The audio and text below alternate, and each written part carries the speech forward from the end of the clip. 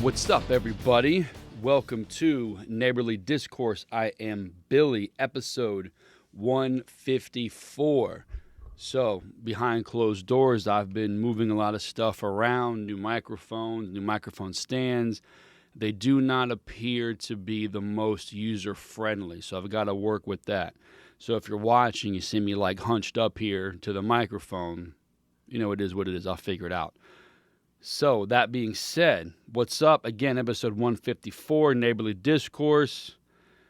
Billy here riding solo. So, Steve sent me a text the other day. He's like, hey, go to this. Let me read what it says here. Because Steve sends me stuff, and he always puts his disclaimer on him, how important it is for me to watch it, because, you know, if it's a 20-minute video, I'm ready to turn it off at 10 minutes. If it's a 10-minute video, I want it off at 5 minutes. If it's a 5-minute video, 2 minutes, I'm looking to turn it off. Like, I just don't watch all the way through. So he sends this. Please, please, please watch this. This is the clearest explanation I've heard to date, which explains what we've been experiencing the last few years. And if you find it intriguing, go listen to the full talk. So, I've not listened to it yet. It's 15 minutes I saw. I'm down for that, especially if Steve's asking me to listen. I'm going to listen, but we're going to listen together. So you're going to hear it. I'm going to hear it. It'll be on YouTube on the Neighborly Discourse episode 154 full podcast, video on YouTube on Rumble. So let's see. I see Hillsdale College. So let's see what we have here. Let's get started. Let's see whether this guy here, Big Pharma. Oh, Big Pharma and the Communist Chinese parties, the Chinese Communist Party. So let's see what we got here. Very much for that kind introduction. Good afternoon, everyone. It's a pleasure to be here at Hillsdale College. I'm sure this is going to be a very friendly audience. We'll see. No, thank you. No, I appreciate that. Yes. Yes, I gave a talk yesterday to some of the grad students in R.J. Pistrito's class. But before that, 2 weeks ago, the last audience I was in front of was a grand jury in Washington, D.C.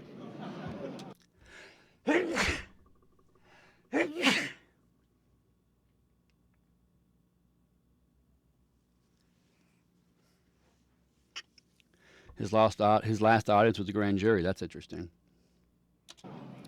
I was one of the 30 people that was subpoenaed from Trump World regarding the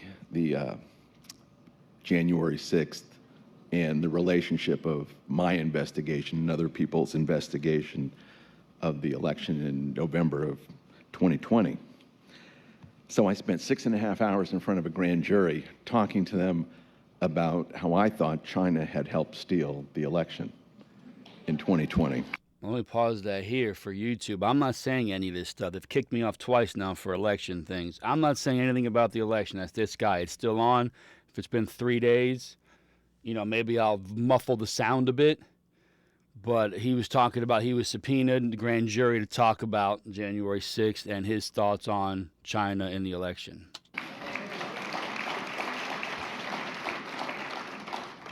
Thank you. That's sort of gratuitous, of course. But there were a lot of nodding heads in that grand jury in Washington, D.C.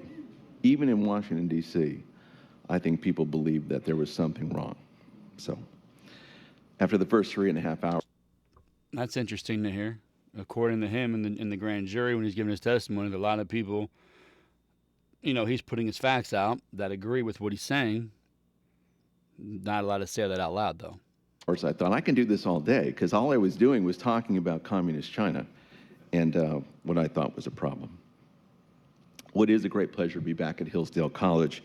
Someone asked me earlier in the week where I was going, and I said I was going to the finest university in America to give a talk.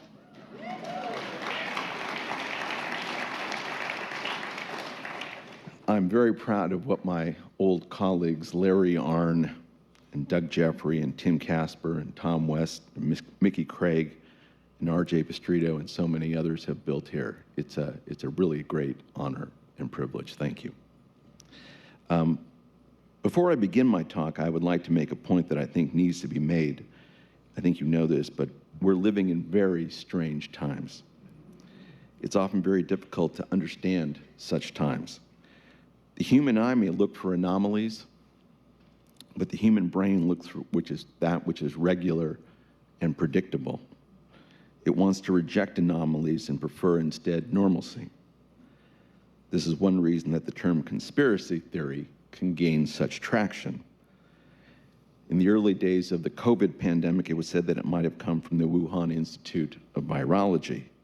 No, that was just a conspiracy theory, it was said. That can't be true. This is heard a lot these days to the point where it really is the go-to meme on MSNBC or CNN or any of the mainstream media. When they don't like what is being said, it's a conspiracy theory, whether it's... Isn't that true? Instead of taking the time to vet the information, to see if it's true, to see if it's real, to see if it has any fact to it, they simply say, oh, conspiracy theory, and push it out, get it like it's not even there. Where the rest of us say all the conspiracy theory needs is 6 months to become fact, because we can point to 20, 30 of them just like that when it comes to COVID, elections, America itself, that 6, 7, 8 months ago, or when it became a factual statement accepted by mainstream, we've been saying it 5, 6, 7 months prior. All it needs is 6 months to become truth. All you got to do is a little bit of vetting, which goes to show they don't want to find the correct information. It's COVID, the vaccine, election fraud, or anything that deviates from the accepted narrative. Mm-hmm. When you examine everything that's going on today, you can't quite make sense of what is going on. You need to ask yourself the simple question, why is this happening? What's going on here? Is this all a series of random events, or is there order, planning, and high government policy at work? Robert Kennedy mentioned the other night the Event 201 project, the so-called tabletop experiment on how to deal with the coronavirus pandemic. That included very important people from within the government and outside the government. Avril Haines was there. She's today the Director of National Intelligence in the Biden administration. She just happened to be there. Christopher Elias from the Bill and Melinda Gates Foundation just happened to be there. George Gao from the Chinese CDC, representatives from the World Economic Forum and the like. People who'd be influential in the media. Now, this isn't random. This is policy at work, strategy. So hold on. So he's saying that Table 201 project is to, do stuff about coronavirus, check it out. And people that are part of this table, this group, think tank, whatever, the committee, Bill and Melinda Gates Foundation, Chinese CDC is there, head of Biden's administration is in there. I think he said something military. I'm blanking right now. I'm not going to go back. I don't want to lose my spot. But these people who we know to be, who we think allegedly can move the table, so to speak, with money or backdoor deals or whatnot, these are people investigating what could have happened and should have happened with coronavirus? Come on, bro. These people? At work. People mean to do these things for a reason. There's something going on. And as much as I enjoyed the lectures by Robert Kennedy and Naomi Wolf, and I agree with everything that was said by them, I just want to remind us once again, these are not mainstream views.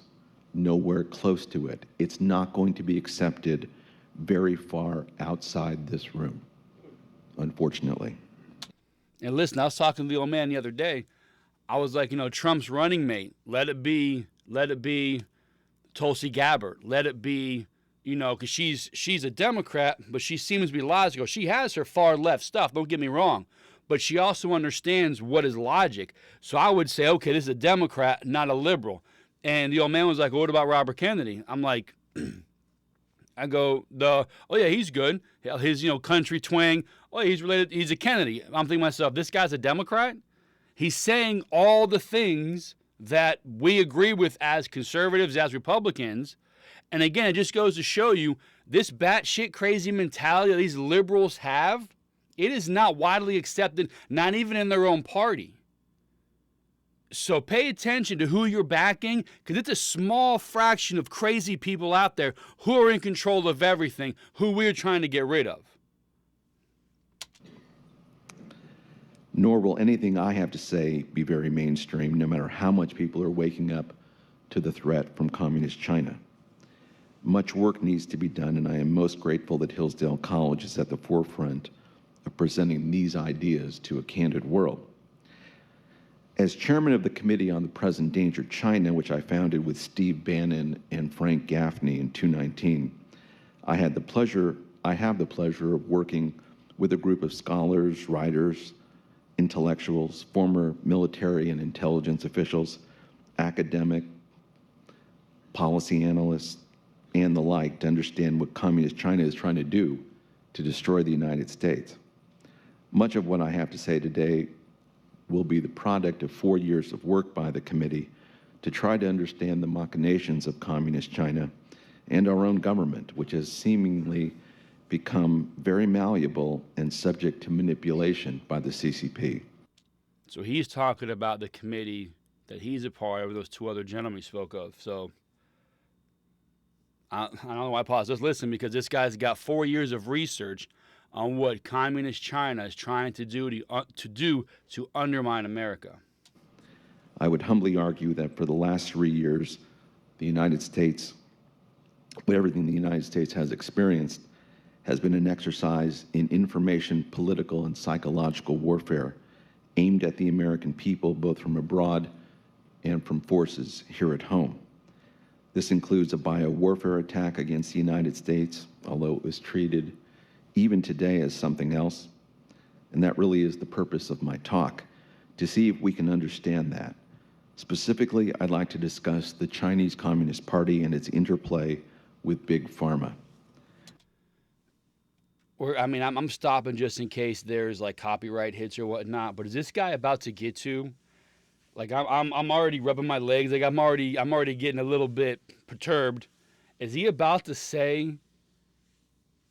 I'm not even gonna say it because I don't know how YouTube's gonna perceive this. So, to me, it sounds like he is hinting that what we experienced over the past couple years was deliberately set. The world had to pay for what was done to America is what I think he's about to get to. I hope I'm wrong. When it comes to these conspiracies, those of us who think them, we hope we're wrong. Because if we're right, our government sucks and hates us. The world we know doesn't like us. We hope our conspiracies are wrong because that means really bad shit is happening. Now, I'd like to do 3 things this afternoon. First, I'd like to describe the strategic objectives of the Chinese Communist Party. Second, I'd like to discuss Big Pharma and how it has failed the American people. And finally, I'd like to discuss how I think both of these entities are working to destroy the United States and the free world. First, the CCP. It has a single goal: the control of the earth and all the peoples of it. 3 things should inform how we deal with and think about the Chinese Communist Party. And here we are trying to understand the Chinese Communist Party as they understand themselves. The first is that they have declared a people's war against the United States, a people's war. They declared this in May of 2019 against the United States. This was published in the People's Daily, which is a media arm of the CCP. It was a signal to the people of China that an unconventional war would be waged against the United States and that they should prepare themselves for war. So it was first a message to the Chinese people themselves. Are you hearing this? In 2019, China told its people, be prepared for war. We're going to engage in a war with the United States of America. The reason for this people's war was that the United States had the temerity to try to enforce some kind of ban, some kind of mechanism to stop Communist China, the People's Liberation Army, the industrial espionage units within it, and private cyber thieves within Communist China from stealing about $500 billion a year in intellectual property from the United States. That's $5 trillion over a decade, the Trump administration had said. So because we had the temerity to ask them to quit stealing $5 trillion of our intellectual property, they declared a people's war on us. That's how they think of us, that whatever we have belongs to them. And I'd also say that people's war was not just about money. It was also about political control. They believed they had control of the United States before Donald Trump and the MAGA movement. They had captured the elites in the West. They thought they had bought them off. Major media figures like Rupert Murdoch were sympathetic to them. The masters of the universe on Wall Street like Larry Fink at BlackRock or Steven Schwarzman at Blackstone were all making billions of dollars doing business in communist China. They, the CCP, believed they had complete control of the oligarchs in the United States. That much was clear. The MAGA movement and Donald Trump, however, represented something different. It represented a genuine resurgence of American nationalism. It represented an awakening. So it represents American nationalism. You ever wonder why the media gets so pissed off on American nationalists? They attach white Christian nationalists. They're trying to make everything a negative thing. But just off what this guy just said, the MAGA movement brought up nationalists, people who are proud of their country. And now you ever wonder why the media goes after the nationalists? They're the worst. They're this, that, and the other.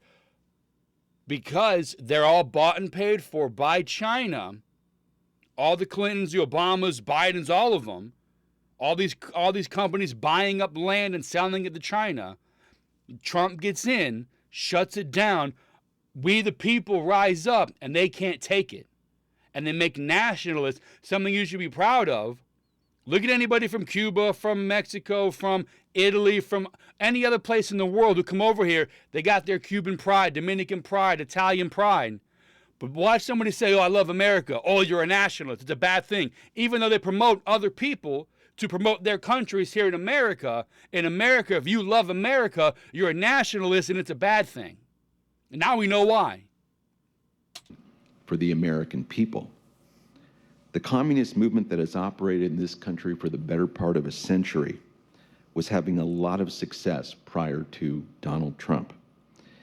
If the primary goal of communism or a communist revolution is to first demoralize the American people, which is an absolute requirement for a communist revolution, demoralization, Donald Trump represented a remoralization of the American people that from the Chinese communist point of view could not be tolerated.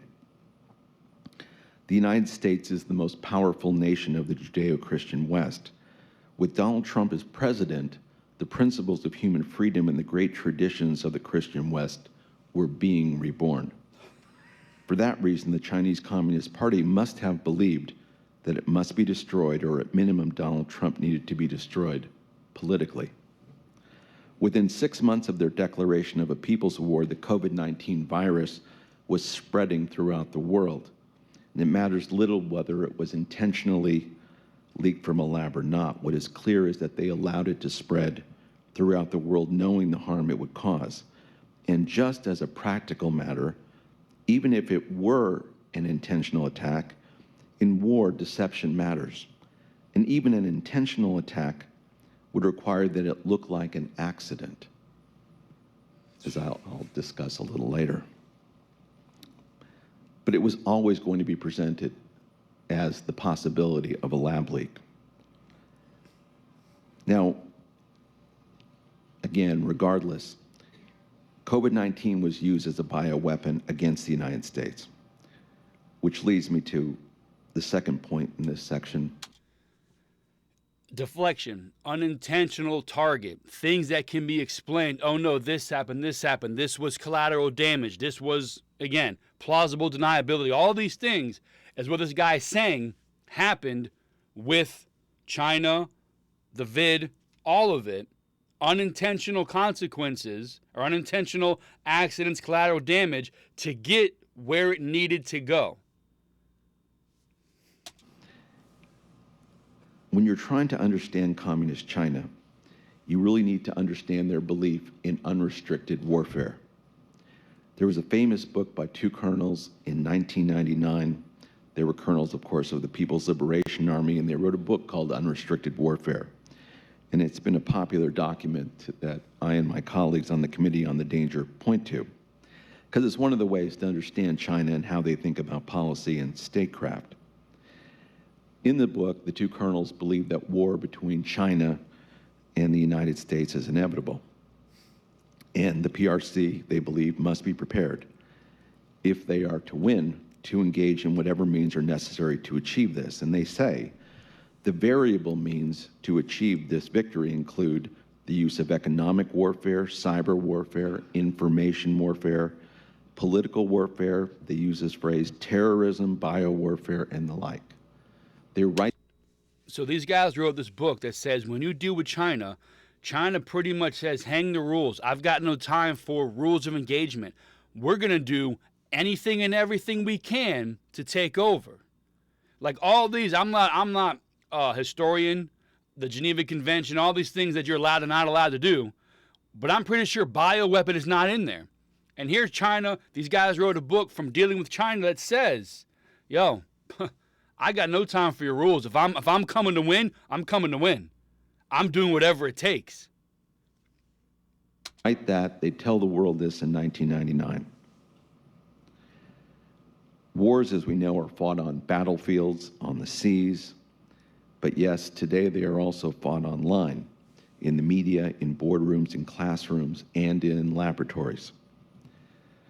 Their purpose in writing this document, which was very well known in China and outside of China, was to lay down a marker with U.S. policymakers that nothing was going to be out of bounds when it comes to how the PRC viewed the United States.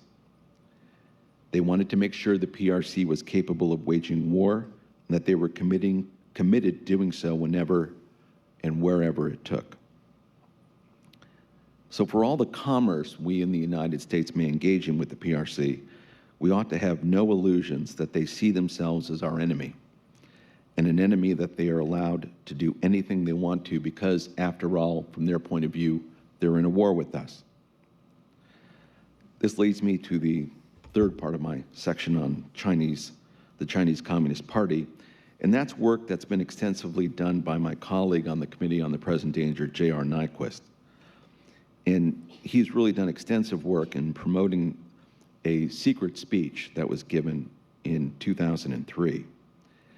And it deals with what the Chinese communists think of as the problem of America. And it was articulated in this speech by the Chinese Defense Minister, General Shi Ho-shin. He gave it to members of the Politburo, and I'm going to focus a bit on it today because I think it is one of the most underappreciated documents that our intelligence community has and does not highlight. And I think you'll see where I'm going with this as I lay this out. He's talking to the people within the Politburo who are going to be planning out the future of Chinese strategy. And he's taking a long-term view the way the Chinese typically do. As he's laying out the problems for them to deal with, he is referencing Nazi Germany first in World War II, of course.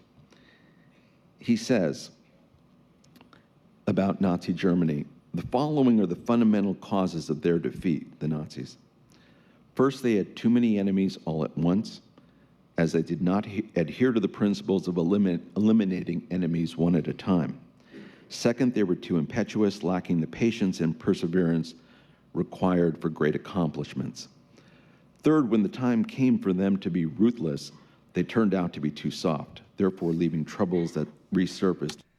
So these people who wrote this, the Chinese general way back when, he's saying that the Nazis were too soft on their enemies, didn't follow strategic plans of one enemy at a time, have everybody hated them and come at them at once. But again, calling the Nazis soft. This is China talking about this. Later on. So just for perspective, Shi Ho-shin believes the Nazis were inherently, as he says, too soft to win the Second World War. So he lays out what ought to have been their strategy. He says, let's presume that back when Germany and Japan had been able to keep the United States neutral and had fought a protracted war step by step on the Soviet front, if they'd adopted this approach, gained some time to advance their research, eventually succeeded in obtaining the technology of nuclear weapons and missiles, and launched surprise attacks against the United States and the Soviet Union using them, then the United States and the Soviet Union would not have been able to defend themselves and would have had to surrender. Little Japan, he says, in particular, made an egregious mistake in launching the sneak attack on Pearl Harbor. This attack not hit the vital parts of the United States. Instead, it dragged the United States into the war, into the ranks of the gravediggers that eventually buried the German and Japanese fascists.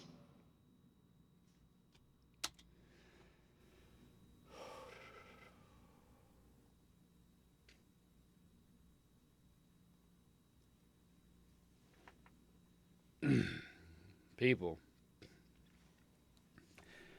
There's so like Steve said in the text, if you're interested and there's more to the talk, I may actually have to go and look more into that, because we've said it on, like, the Chinese communists, they are for country first. So you're not allowed to be anything other than for country. So they, like you said, they play the long game. They will take decades, generations to infiltrate their enemy, because for them, as long as China rules the world, it could be next year, next decade, next century.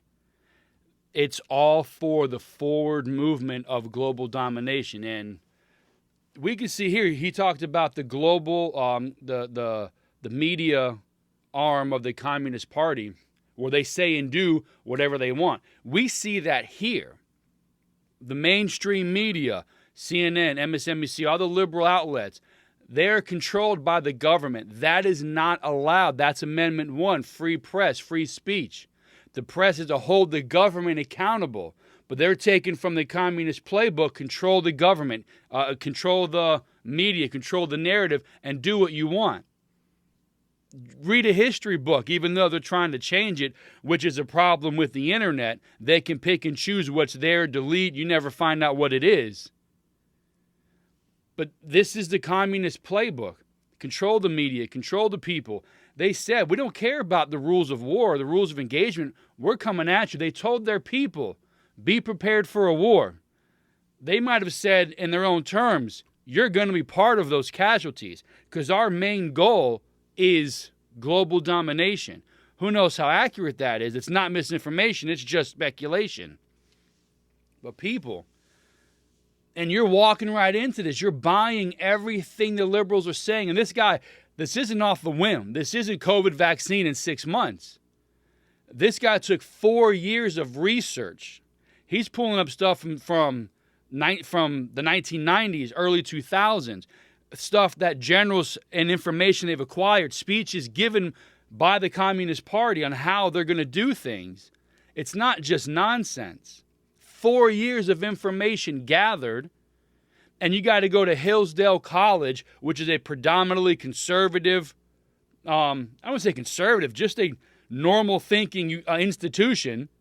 Rush Limbaugh talked about it all the time, and a lot of y'all, then it's definitely conservative.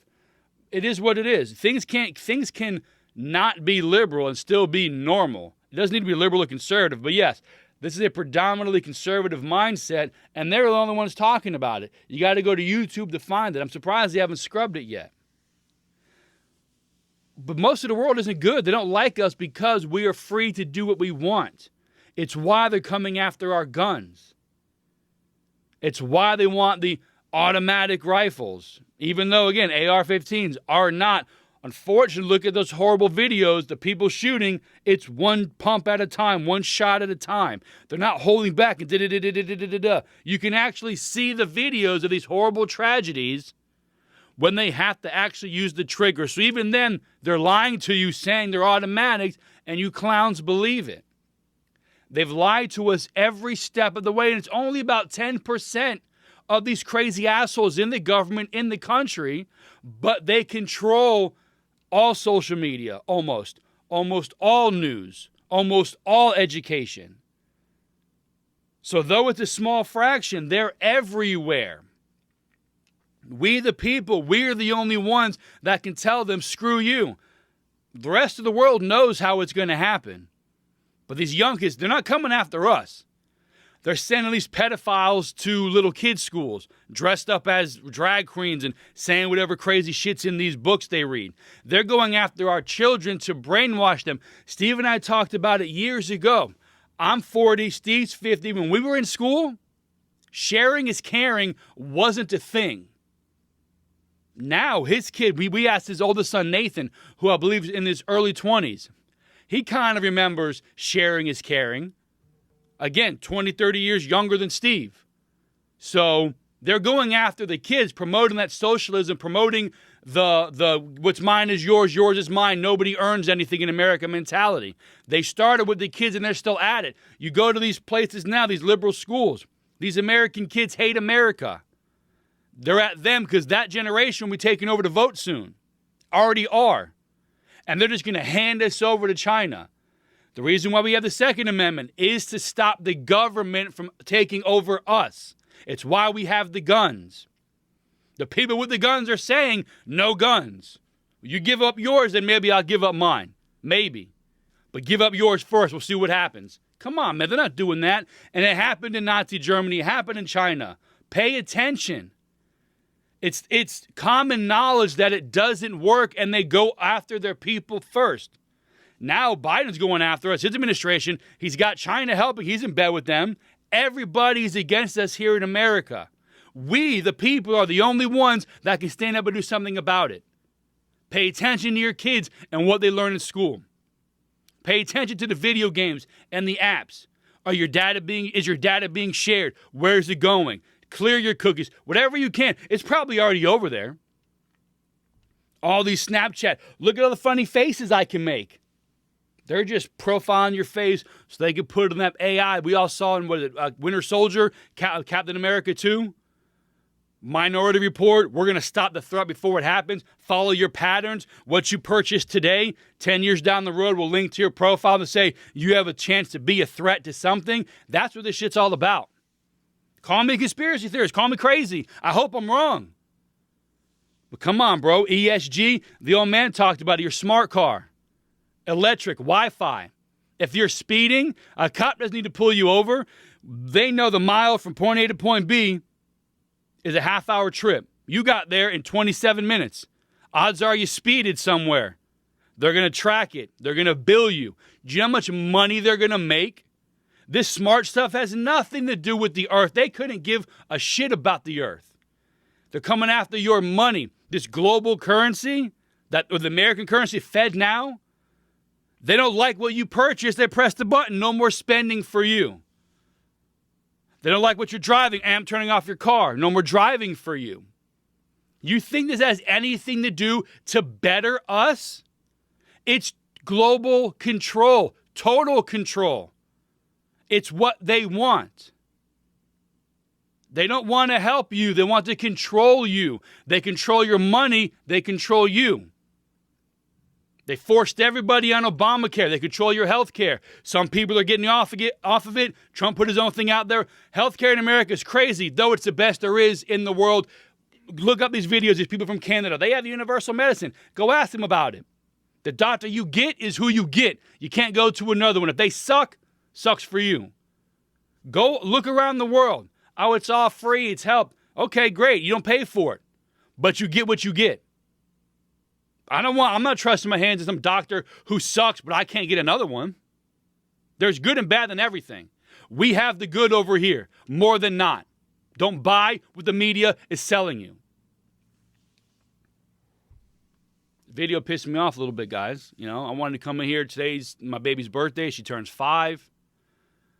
You know, we got family in town, a good weekend, family around, swimming, bounce houses, water balloon fights, everything, man. It was awesome. That's it, man. 154. I'm not going to go too far into it. First time back. I've told you guys this before. Schedule changed at work.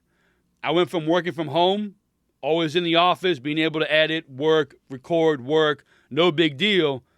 I transferred back outside, and the job that I work, I work outside. It's 5 days a week, 9-10 hours a day. I'm barely home. When I'm home, I'm with the kids. Weekends, I'm doing stuff, I'm relaxing. So I'm going to try to get in here. Me and the old man, we record at night sometimes. I got stuff with my friends. We got Microsoft Teams. We're going to put together some stuff and talk about various things, politics, sports, nonsense. It's probably not going to be for some people, but it's going to be for other people. And we're here for everybody, whether, we'll try to give you what you want in segments, but we're trying to do other things other times of the day. But for me, me and Steve twice a week is not happening. Steve's not being here in the new year. He's got other stuff going on. I'm not sure what it is. But schedules change. Still trying to get to you as often as I can. Still trying to fire up the mics. Still trying to react. Still trying to do a conspiracy corner, which I've got one coming up about population control. So we have the stuff. We don't have the time. But I told you, if we fail at podcasting, it's not going to be for lack of effort. I will find a way to get in here. The old man, Steve will come back sometime, trying to get my friends involved. Whatever I can to get stuff out, we will do. If I have to abandon, the full-on hour-long podcast, but do 10-minute segments here and there, 10-minute videos on YouTube, 2-minute reels on Instagram, hey, I'll do it. Boom, boom, boom, boom, boom. Whatever gets a message to the people to wake up. You only have one life. You only have one country. You got to do your best to protect both. The liberals are trying to take it from you. Wake up. Wake up, America. Come on. Boom. A lot of people don't like the bullet right here. Promotes violence. No, it doesn't. America. Second Amendment. Come after me. I'm going to defend myself. That's how it works. Episode 154. Thank you for listening. Thank you for watching. Talk to you again soon. You guys have a great day.